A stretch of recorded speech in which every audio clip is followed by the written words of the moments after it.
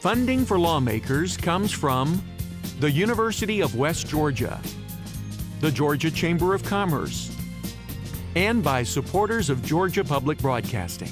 Thank you.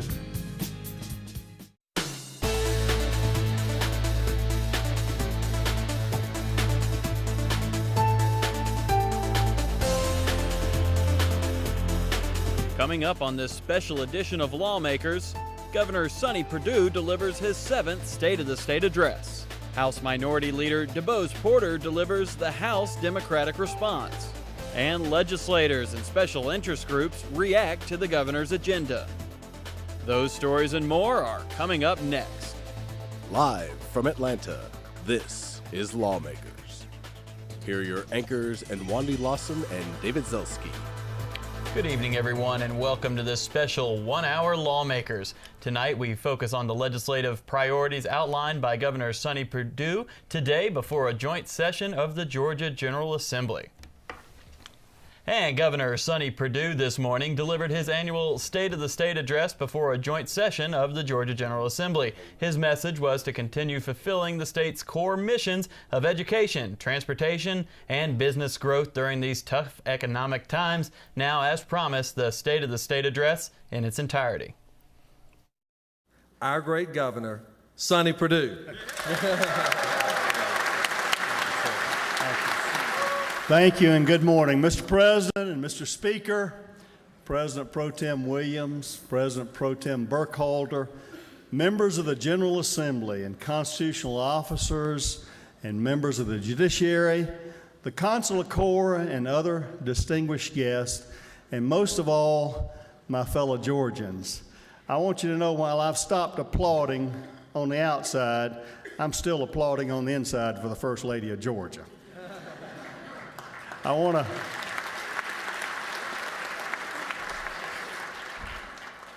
to begin this morning, and thank you for graciously receiving me once again, but I want to begin this morning with a story of a young Georgian who I believe embodies the resiliency of our state. You see, just 3 years ago, Jeremy Lee was a 14-year-old student from Clayton County on his way to Ireland Youth Development Campus in Milledgeville, because he and some friends had made some bad decisions. You know, he could have seen this just as an indictment, not only of his crime, but of his person and his potential. He could have settled for a life marked by disappointment. But Jeremy made a life-altering decision, one that will benefit not only his life, but the life of others for years to come. You see, he chose to focus on what he could be, not wallowing in the self-pity of the tough times, and invested his time and energy preparing himself to emerge from that campus a better person. Last summer, Jeremy walked out of those gates with a high school diploma and is now enrolled in Morehouse College. Jeremy's now pursuing his goal to become a doctor, and that pursuit is a testament to his inner resilience. And I'm pleased that he could join us this morning. Jeremy, please rise as we recognize your efforts. Jeremy.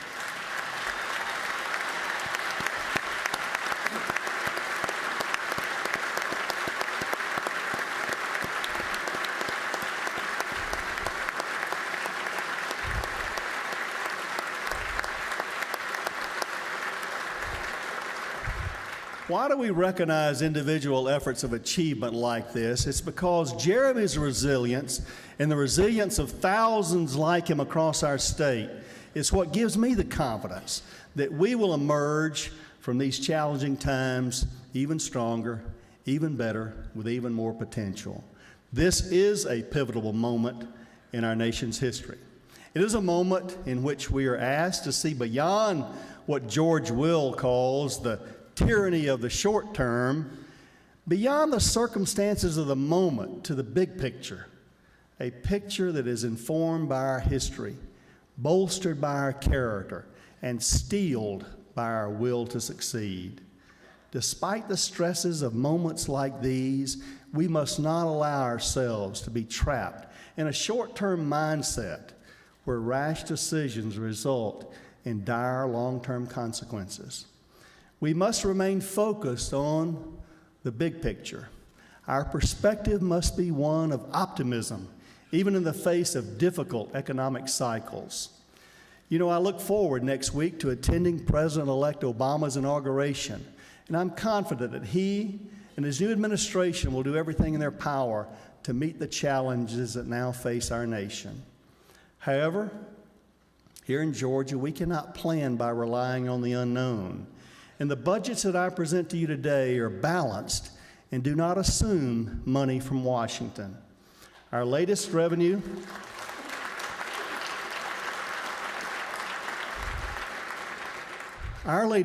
estimate for this fiscal year shows a decline of $2.2 billion, resulting in a $19.2 billion amended budget. Political mantras aside, cutting more than 10% from a budget cannot be achieved by simply cutting waste. While we've worked for 6 years to do more with less, at some point in business or in government, it becomes less with less. The job of budgeting is hard right now, but it's not because the directions are complicated. Like families sitting around their kitchen tables all across Georgia, we're doing what is necessary to balance our checkbook. And I want to thank you, the legislature, for working with us to prepare for this day by replenishing the rainy day fund, which now stands at $1.2 billion. As you all know, at my request, you wisely passed legislation requiring us to retain at least 4% of a previous year's revenue in the reserve fund for balancing the budget at the end of the year if needed. So I have recommended for your consideration using the maximum amount available for appropriation from the reserves, appropriating $50 million this year and $408 million next year, as well as the $187 million set aside for the mid-year educational adjustment. We're using some one-time strategies to help balance this year's budget that won't be available next year. Therefore, you'll notice that I've recommended the largest portion of the available reserve funds be committed to next year's budget, which stands at $20.2 billion. I want to applaud some people. I want to thank some people today sincerely, and that's our department leaders, men and women who are on the ground, who know their mission, their people, and their customers. This past spring, agencies willingly, hopefully, responded to my call for restrained spending and returned over $200 million to our state's rainy day fund at the end of last year. And then this summer, when I asked them to identify potential budget reductions, their response was thorough and strategic. They were able to find the cuts and maintain the ability to execute their core missions. Ladies and gentlemen, I submit to you, this is a testament to those leaders and the cultural change that we've made in state government. Thank you.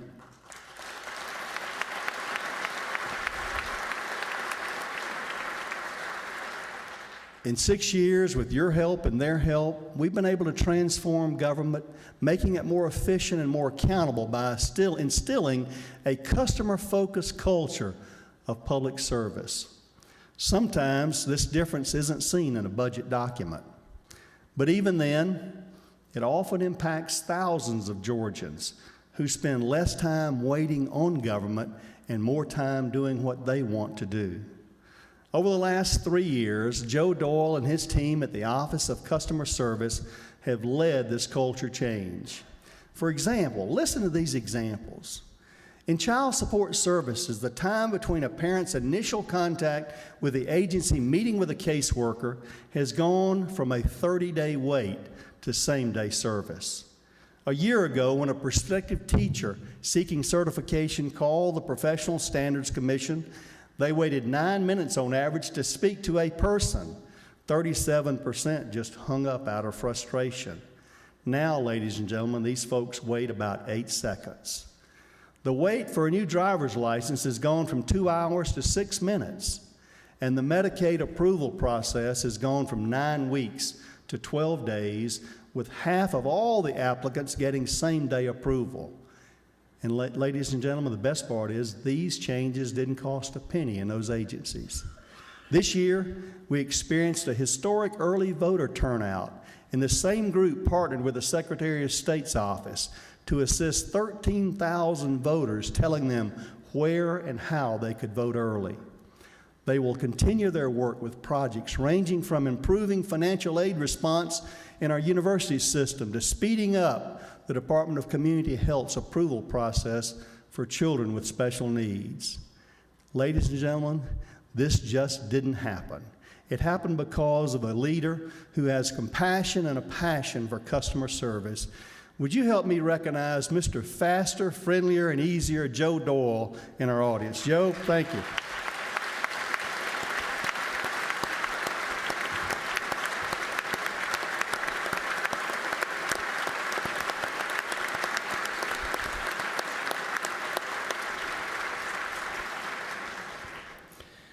We're working in every area of government to ensure that we're getting the best possible value for our investment. And you'll hear me talk a lot about value today and in the months ahead. And that we're providing the best possible service to every Georgian. And to that end, in February, I signed an executive order forming a task force to look at the potential restructuring of the Department of Human Resources. As you may know from looking at the budget in years past and this year, we spend approximately $3.8 billion within DHR every year, an agency that has not undergone a major change since it was formed over 3 decades ago. After a thorough review by the Health and Human Services Task Force, we've determined a course of action that will reorient our approach to health care by shifting the focus from inputs to results. First, we're proposing the creation of a new department, a Department of Behavioral Health, which will include all mental health and addictive disease programs. This will improve our responsiveness to mental health needs and will make funding more transparent. We'll continue to improve care by moving towards a community-based delivery system. Now, I know some of you will be concerned with how this might affect jobs in your area. But when it comes to mental health, I believe we have an obligation to provide services to Georgians as close to possible as where they live. Secondly, the bill would establish a Department of Health, a combination of the public health and oversight programs in DHR and the current functions of the Department of Community Health. This agency, which will be led by Dr. Rhonda Meadows, will deliver workable solutions on the key health care issues we face each day. Issues affecting Georgians like how best to facilitate and finance health care coverage and how to provide needed access. Preventive medicine will play a bigger role. Inefficiencies and redundancies will be eliminated. And in every stakeholder in Georgia and Georgia's healthcare system, from county boards of health to Medicaid providers, will work as part of a more coordinated effort. The remaining social services, developmental disabilities, aging, DFACS, and child support will come together under a reconstituted Department of Human Services led by Commissioner B.J. Walker. Ladies and gentlemen, we've made progress, great progress in the delivery of these safety net services to our critical populations. Listen to these numbers. From 50th to 5th in the nation for moving people from state hospitals to community facilities. DFACS has reduced out-of-home placements by 21% while our population continues to grow. And best of all, recurring child abuse rates have dropped from 9% to 3% in the last 2 years. That's 2% below the national average. I believe a more targeted focus on these programs will lead to even further improvement. We know that improved lines of communication and enhanced coordination are critical in these delivery services that affect many of the same people. And I fully expect that these agency heads will meet regularly to coordinate policy and cross-agencies service delivery. I have charged the affected agencies to make this transition within their current budgeted amounts. And in the long term, we believe this reorganization will bring greater efficiency and greater value for the taxpayer dollar. I want to thank all of you who've helped to make this happen, particularly the members of the legislative body on the task force. Senators Jack Hill and Renee Unterman, and Representative Ben Harbin and Mark Butler worked passionately. I look forward to working with you, the legislature, and health and human service leaders and providers and stakeholders throughout this state to improve the health care delivery for every Georgian. If you remember, when I came into office, Medicaid was growing in double digits, sometimes as much as 17% year over year. Over the last 4 years, growth has averaged just 3.4%. Do you know what that totals up to? That saved the state a staggering $4.7 billion in that time. Those are numbers that any business would envy. Even though we've controlled the growth of our Medicaid budget, we faced some very difficult choices this year. The federal government has told states that we can no longer fund Medicaid as we have since 2006. And frankly, that decision could not have come at a worse time. Washington, in its infinite wisdom, has decided that if we assess a fee against our care management organizations, as we currently do, then we must impose it on all commercial health plans. And we had to choose, everyone or no one. If we said no one, it would have cost Georgia $96 million in state Medicaid funds. And while I'm recommending cuts to many agencies and programs above 10%, even a 5% state cut to the Medicaid budget would mean an additional $112 million reduction. That 1-2 punch of federal mandates and declining revenues means that we faced a $208 million hole in the state's Medicaid budget. Now, to be clear, this $208 million represents the funds paid to providers on behalf of Georgia's most needy citizens. To ensure these needed services continue, I had to choose between some tough choices. The first option was to eliminate discretionary Medicaid programs, the ones that federal government does not require us to fund as we currently do. This would mean eliminating the medically needy category for eligibility, which serves 7,100 Georgians, eliminating the Katie Beckett program for 3,100 Georgians, eliminating dental benefits for 60,000 pregnant women that were covered last year, and eliminating Medicaid coverage for foster children over the age of 18. In Peach Care, we would have had to eliminate dental benefits, freeze enrollment, reduce the enrollment cap, as well as increase premiums for the first time, impose premiums on children between the ages of 2 and 5. And the sad thing is, with all those draconian types of actions, the combined cuts would have still left a gap exceeding $150 million. A second option, I could have cut reimbursement to our providers by $208 million. But you know, and you hear from them as much as I do, providers have consistently told us, rightly or wrongly, that they believe our present reimbursement rates are already too low. A third option would have been to impose the same 4.5% fee on commercial and Medicaid managed care and preferred provider plans that we currently provide and impose only on CMOs. And while that still remains an option, I prefer a broader-based approach that spreads the burden. I chose to ask those who receive Medicaid payments to help fund the system. This proposal takes advantage of the fact that every dollar we send to Washington will draw down almost $2 additional. So my budget will reflect, in an accompanying bill we will propose, a 1.6% fee on hospitals and health insurance providers to fill the hole in Medicaid and to do what the healthcare community has asked of us to do for so long. One, to significantly raise reimbursement rates for providers, particularly for hospitals, and two, in conjunction with our super speeder legislation, provide $60 million to sustain and expand the state's trauma network. Like most things we address here at the Capitol, this plan will not be universally acclaimed, but I have arrived at this decision after thoughtful and careful deliberation. And I implore you, Please do not rush into a short-sighted cut that will have long-term consequences for Georgia's most needy. Finally, for those of you who would like to sit back and wait for Washington, we've waited before, if you remember.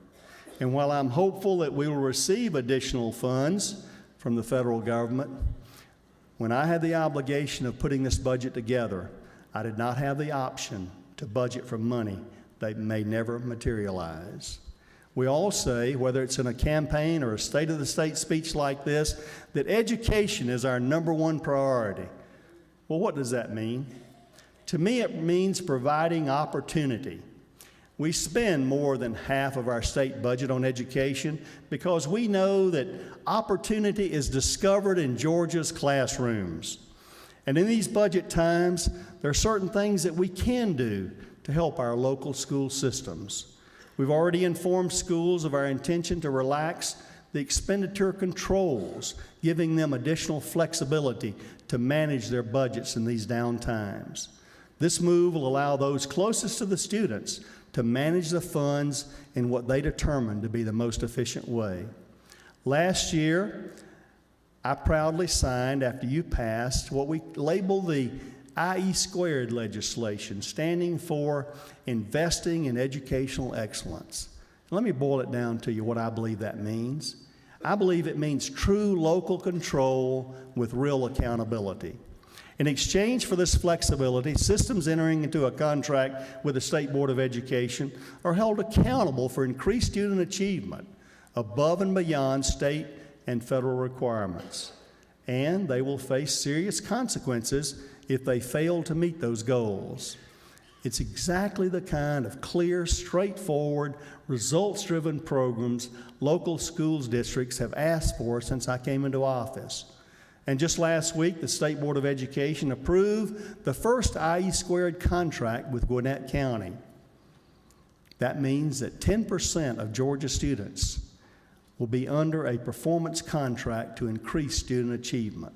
I want to commend Alvin Wilbanks, the superintendent, and Gwinnett County School Board for continuing to lead by example. In the weeks and months to come, I believe you're going to see progressive systems from all over the state sign on. And if you're a parent in Georgia, a student in Georgia, that's something to be excited about. As I outlined yesterday at Eggs and Issues, I'm proposing legislation that will ensure every student in Georgia has the benefit of responsible leadership at the school system level. Most local school board members in this state in that position are in there for all the right reasons, and they do a great job for our students. But unfortunately, as we've seen, that is not universal. And we must take action because, ladies and gentlemen, when a school board is failing, that means that every student that depends on them is cheated. This legislation will clearly define what citizens expect from school board members, and it will give the state the ability to replace board members with responsible local citizens when accreditation is threatened. Never again do I intend for the state to be handcuffed by our current law and powerless to help students who are being failed by the adults in their community.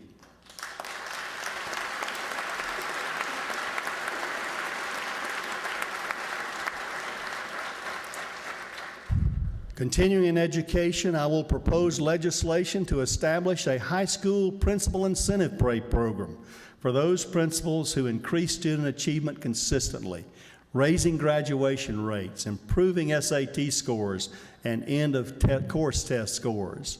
I'm proposing merit pay legislation that will award teachers who show evidence that their classroom instruction leads to increased student achievement.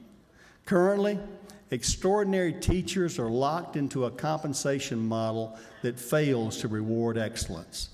This is the next step in moving education from a culture of compliance to one based on performance.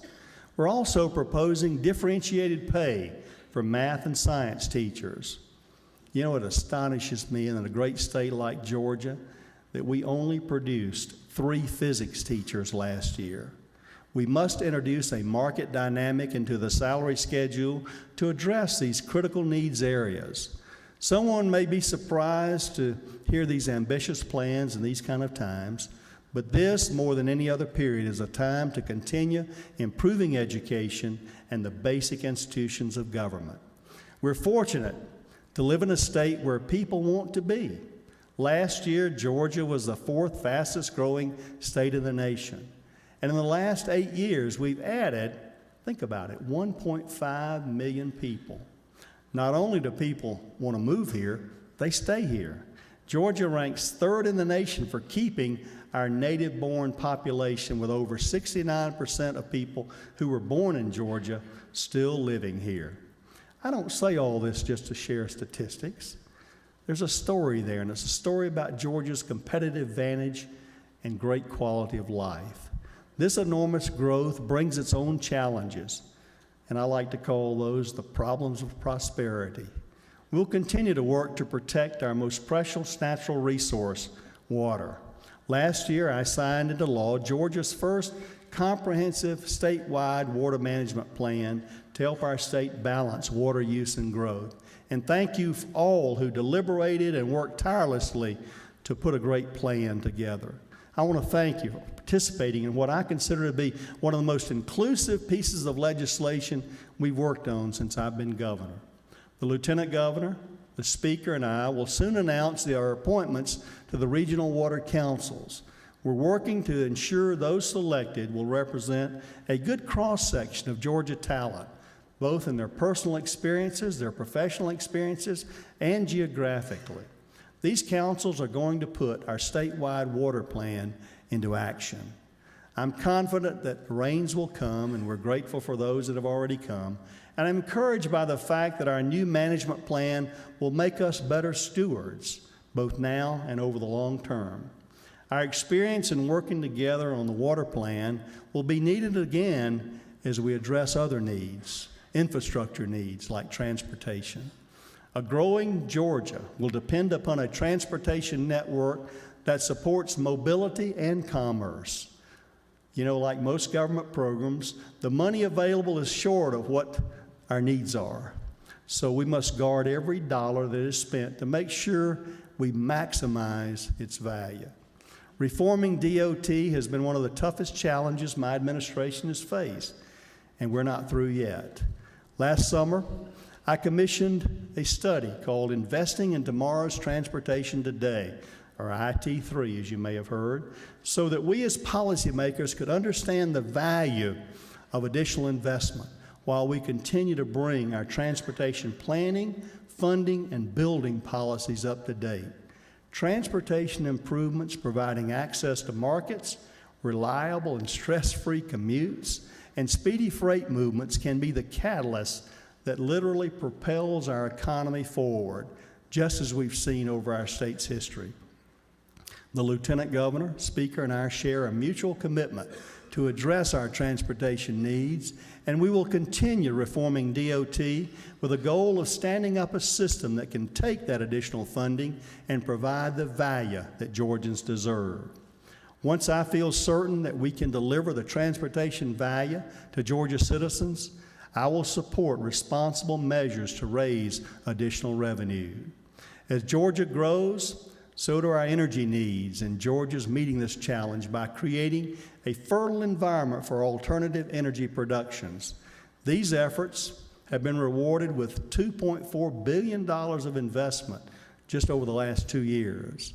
That investment means new jobs for Georgians, and in November, Norcross-based Soneva, birthed right here in one of our research universities, began fabricating the most advanced solar technology in the world. This summer, we will host more than 15,000 energy innovators for the biggest bio-life science conference in the world, Bio 2009, right here in our capital city. And this is an outstanding opportunity to showcase Georgia's progress in life sciences and our potential to heal, fuel, and feed the world. As we continue to attract new investment in biotechnology, we need to secure our position as a leader in this industry by enacting laws that respect the role of the Federal Drug Administration as the regulator of the safety of drugs and medical devices. But the best incentive we can offer an employer is a talented workforce that's ready to meet their needs, and our Work Ready program does just that. We began Work Ready 2 years ago, and Georgia workers have responded. There are now 111 counties, 70% of the state, working towards certified Work Ready community status. As Georgia workers compete with peers as far away as China and as close as South Carolina, Work Ready puts them a step ahead. This is certainly the case with Joy Anthony. Joy's Work Ready certificate distinguished her and gave her the edge she needed in her job search. Her employer was impressed by the skills demonstrated by her Work Ready certificate, and they've designated her as a rising star in their company. Joy's won over 35,000 Georgians to take control of their future, making themselves more marketable to employers looking for a talented workforce. Good luck, Joy. Ladies and gentlemen, Georgia is ready to take advantage of our workforce and our strong balance sheet. We remain one of the 7 states with a AAA bond rating, and we will invest in projects that will be of long-term value to Georgians. This year's bond package, totaling over $1.2 billion in new investment, will put Georgians to work and build critical infrastructure.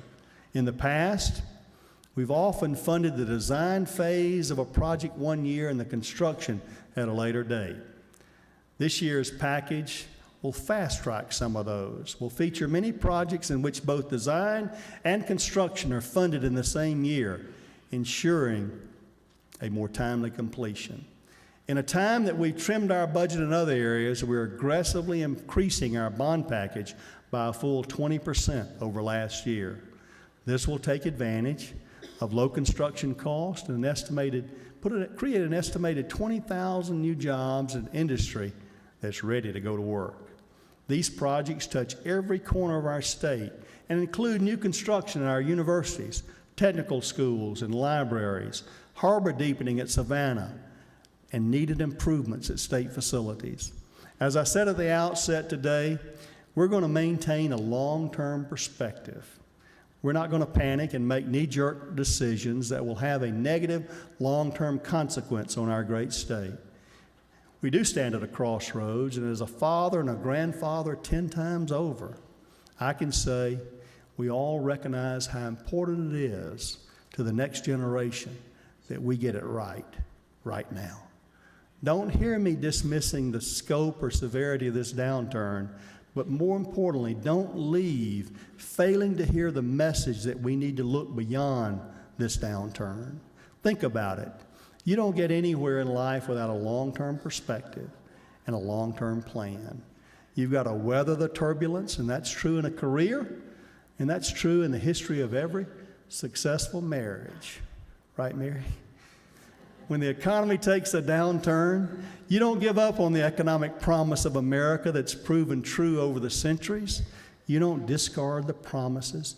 You build for the future with that promise in mind. And there's much to do in Georgia in this coming year, but it cannot be summarized, but it can be summarized in that overarching mission to continue executing on the fundamentals of good government, to improve our competitive advantages, to make Georgia a better place to live and a better place to do business. As I look back and think about our history, I'm certain that this is not the tallest mountain we've ever been asked to climb. As I think about the American promise of freedom and economic opportunity, I know that that rich promise will mean great things for Georgians in the years to come. The soil is proven too rich, too fertile to dare to believe anything else. As I look within, I find something within our human constitution that bounces back, something within this collective American spirit that rebuilds. You know, I'll never claim to be a Nehemiah, but the prophet's call, "Let us rebuild the walls," rings true today. The time to continue building our state, to prepare for the future, to plant the seeds that will enrich our children's inheritance. Together, ladies and gentlemen, I'm confident that we will do just that. Thank you. God bless you. God bless America. And may God bless the great state of Georgia. Thank you. In their response to the governor's address, House Democrats this afternoon said that the current budget crisis could have been better handled had the governor called a special session over the summer. They accused Perdue of trying to balance the budget on the backs of middle-class families. Parents and teachers are calling for help for our schools, but instead, we build boat ramps. In Georgia today, law enforcement is working overtime to keep us safe. And due to across-the-board cuts, our law enforcement officers are stretched almost to the breaking point. But the majority party is building a multi-million-dollar horse park in Houston County. In Perry, we are building a fishing pond, while veterans who were willing to give up their very lives for that land were being evicted from their home. Evicted because in across-the-board cuts, they were not a priority. The priorities of this administration do not match the values that I know are the values of Georgia. The Georgia that I grew up in, the Georgia that I know and love. With across-the-board cuts, there are no true priorities. But we can no longer have the time to rehash what led us to this financial crisis. Now we must work together to lead our state out of its current economic crisis by using some bold and innovative ideas that will produce a progressive, active legislature that acts in the best interest of all of Georgia. We did not hear this from the governor today. There again is no plan for transportation, no funding for education, and a new tax on hospitals. This is a time to work together across party lines and across the levels of government to bring our citizens the greatest value for the amount they're able to pay. That will include working with local governments make sure that our budget crisis doesn't simply get passed on to them. Our state government cannot continue to shift our obligations to local governments. An underfunded education system with reduced law enforcement is not a state we want to become, just as it will not be a state in which industry wants to locate. We must educate our children and make sure their parents have decent jobs. In order to enhance our revenue at the state level, we must work with the new presidential administration and Congress to make sure that Georgia remains on their minds. The incoming administration in Washington has pledged to do what it can to help families keep their heads above water. Georgians pay their share to run the federal government, and we must make certain that we get back our fair share from our federal government in return. But currently, talk is coming back that Georgia and Texas are being referred to as the orphan states because our current administration is not playing well with others. The money that comes to our state in the form of a stimulus was our money to begin with, and it will keep our state on par with the rest of the country.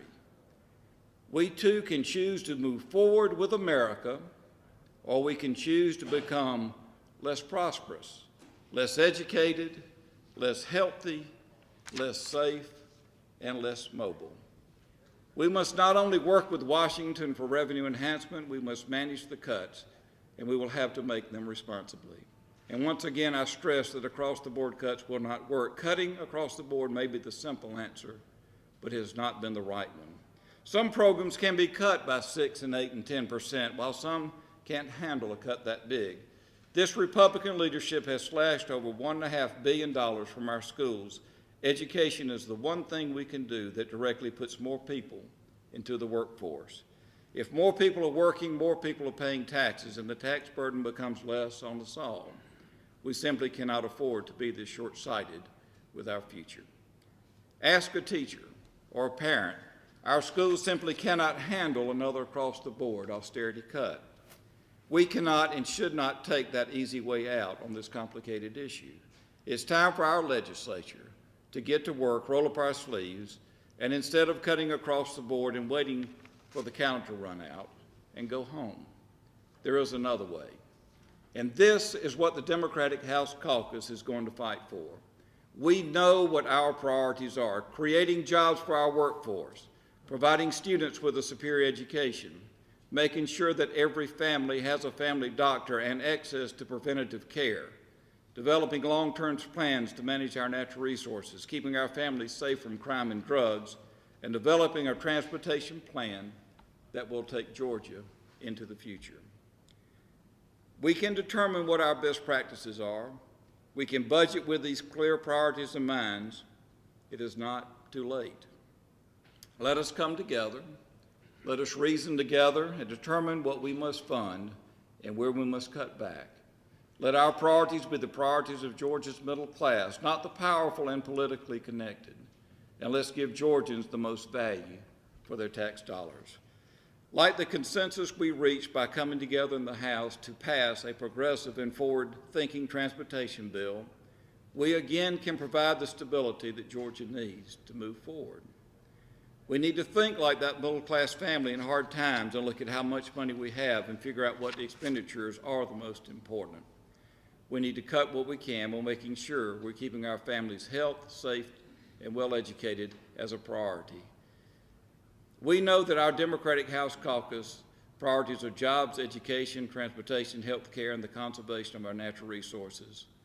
Horse parks, ponds, boat ramps seem to be the priorities of this disjointed elected Republican leadership. As many of you know, I like fishing as well as the next guy. As many of you know, I've canoed down the Oconee, Altamaha rivers with my children and camped on those banks. But I know that for this state to move forward, that we must have children who are well educated and neighborhoods that are safe. I want to close today with a call to our legislature to focus on Georgia's economy with vigor and intensity. We must work together with Georgia's best interest at heart if we are to move forward. But we will not with the budget that was introduced by this governor today. And Democrats were not the only ones who shared reactions to the governor's speech. Senate Majority Whip Mitch Seaball said he was pleased with this year's State of the State address. Well, I think the governor did a real good job of just laying the facts out. He was very honest with the state of Georgia. It's something we've been working on for quite a while now, the last 4 months, in trying to figure out how we can best balance our budget. We're required by the Constitution to balance our budget. So we can't go and print money and we can't borrow money. We have to figure out a way to figure out what our priorities are and then how we'll use the dollars that we have to meet those priorities. And although education and transportation priorities were discussed in the speech, some thought his focus was too broad. I was very disappointed on the issue of transportation. I was hoping to see the governor step up to the plate to work with the speaker and lieutenant governor and the legislature to come up with a new funding source for transportation in this state. I certainly support investing more into education. I think that is the one positive that we can talk about. But the fact of the matter that we are at the point where we are now in this so-called crisis because we have not invested in education prior to now. Disappointment seemed to be a common reaction among some lobbyists and Democratic legislators at the Capitol today, particularly with the governor's comments on education. Lawmakers Minu Hosseini is live at the Capitol with more. Minu. And Wandy, many legislators expressed concern over the governor's broad plans for education in the state of Georgia, particularly with the current budget deficit at $2.2 billion. Very disappointed. The governor spoke for less than 3 minutes about public education in the state of Georgia and really offered no concrete solutions about how schools were going to be funded for the upcoming session. Everything he spoke in generalities in his programs for 2010-2011. So not only is there, we feel, empty promises because you don't know if funding is going to be available that year, but we still have no clue what the cuts are going to be to public education this year. We've heard anything from 3 to 6%.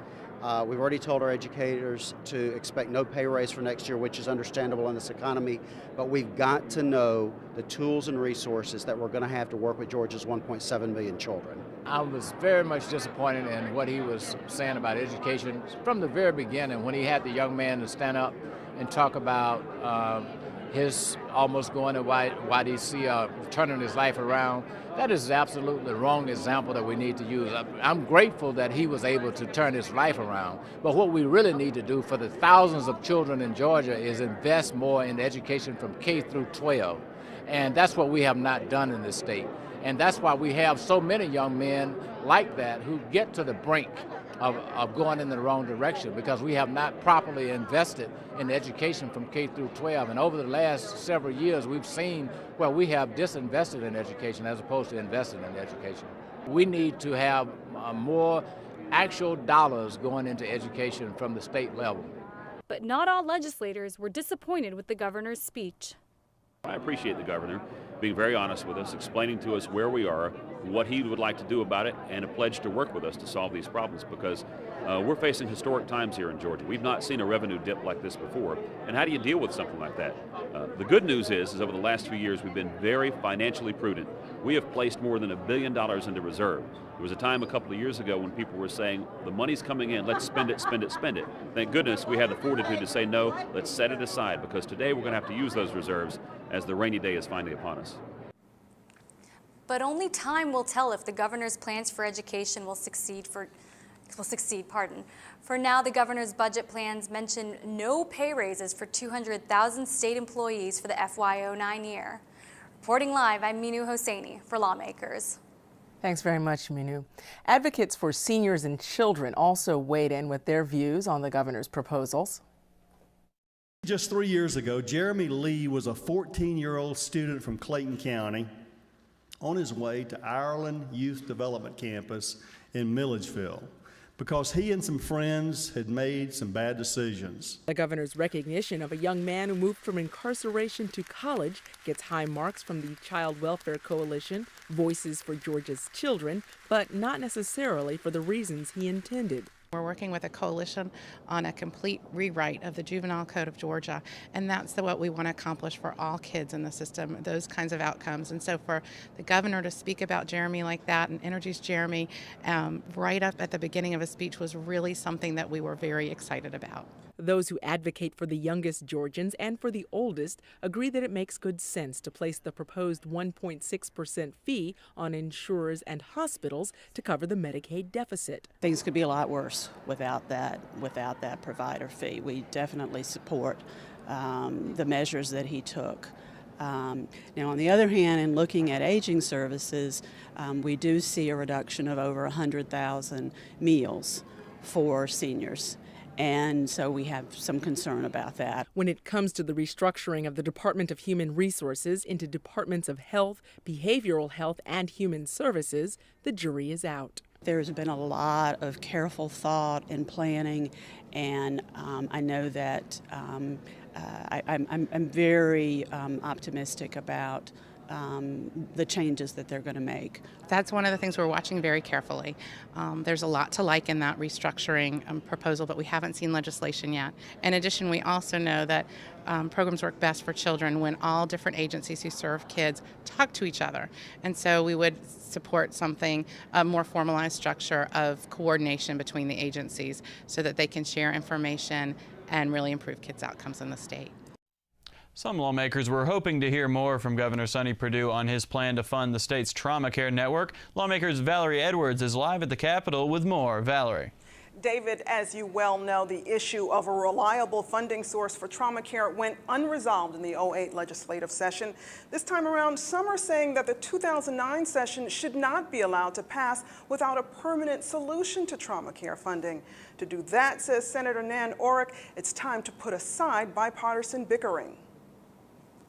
There may be the naysayers this year that go in the back rooms and say, we're not going to vote for any new fee. We're not going to vote for raising any dollars for trauma care.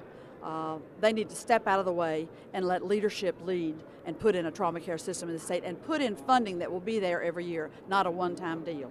The governor is calling for a 1.6% increase in fees paid by hospitals and health insurance plans to help pay for trauma care. He's also proposed collecting fines from habitual super speeders, folks who routinely drive 85 miles an hour or more. Senator Cecil Staton is also one of those calling for a permanent funding source for trauma care, but says right now he's taking a wait-and-see approach to the governor's proposal.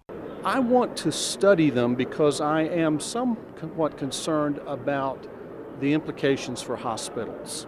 Because this is, as he mentioned, 1.6, 1.7% tax for hospitals that are receiving Medicare funds. So I want to look at it in the total context, because it doesn't seem to me, that it would necessarily be helpful if we're taking from them with one hand only to give them back with another. This is not the first time Governor Sonny Perdue has supported superspeeder legislation. The measure is expected to generate tens of millions of dollars annually, as fines against drivers are increased with each successive speeding ticket. Governor Perdue's proposal comes at a critical juncture, as the $60 million allocated to trauma care nearly a year ago is expected to run out at the end of this month. Reporting live for Lawmakers, I'm Valerie Edwards. Thanks for that report. Some Metro Atlanta Democrats expressed disappointment in today's State of the State address. They say Governor Sonny Perdue missed an opportunity to take the lead on easing congestion traffic woes, particularly in the state's heavily trafficked metro areas. Senator Doug Stoner represents parts of Cobb County. He says the issue of regional transportation has been ignored for too long.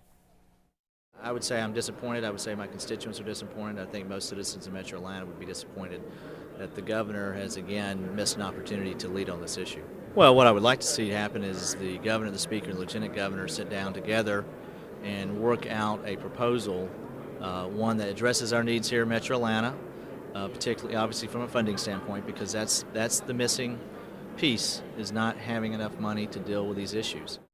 And the governor spoke briefly about the restructuring of the Department of Transportation and about improving mobility around the state. In late 2008, an audit of the Transportation Department found that the agency used flawed accounting procedures when preparing its budget. DOT officials concurred with many of the audit findings and began procedures to fix those problems. In his address, Governor Perdue repeated the commitment he shares with the lieutenant governor and the Speaker of the House on improving the state's transportation needs. Sine Die 2008 saw the death of a proposed T-SPLOST measure moments before the session ended, and today the governor hinted that he would support responsible measures to raise additional revenue. Immediately after this morning's State of the State broadcast that we gave you here at GPB, and Wanda and I sat down with former State Senator Chuck Clay, who's a current partner at Brock & Clay and president of Insider Advantage Georgia. We began with his initial thoughts on this year's State of the State. While both being reassuring, calm, looking like sort of a good, solid, successful businessman, I think did exhibit what he wanted to exhibit, was a sense of confidence and optimism that the pieces will come together. The buzzwords: value, results, reform.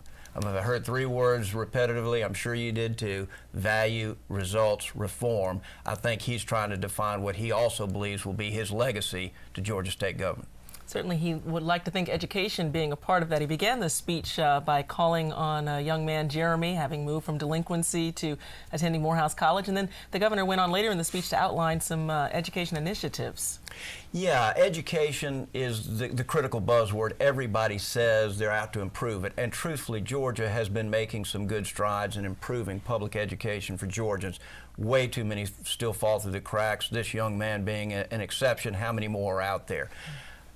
Sonny's, and I've served many, many years with Sonny, his commitment is real. Now, can you really bring, I'll be interested to see how the education establishment deals with issues like merit pay, bonuses to principals, and enhancing pay to bring in the teachers that, quite candidly, our education schools are not producing.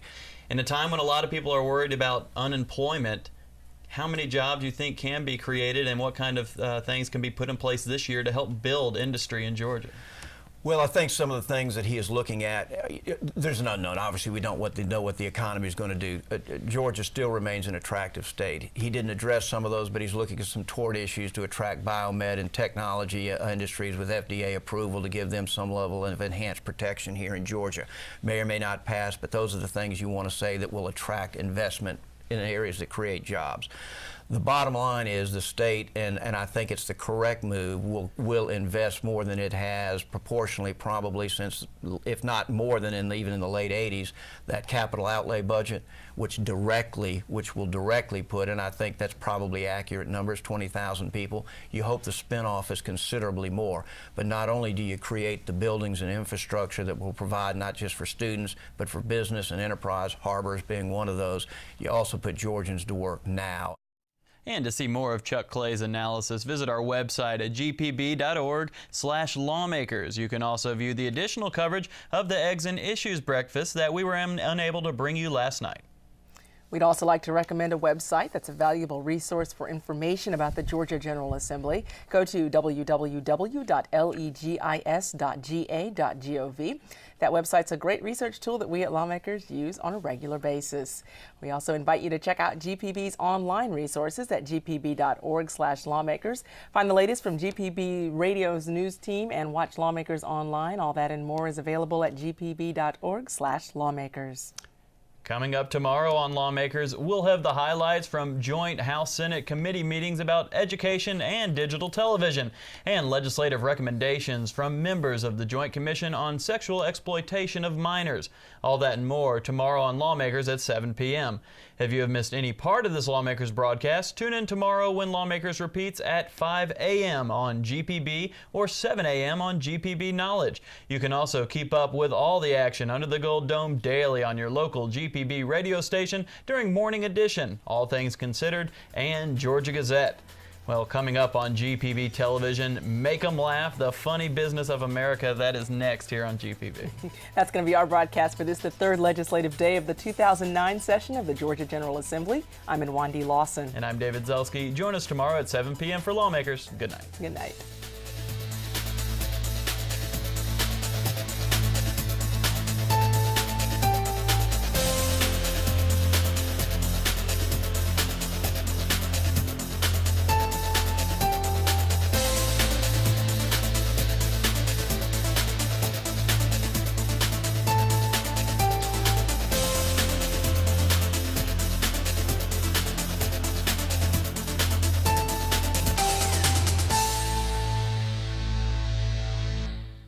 This has been a production of Georgia Public Broadcasting.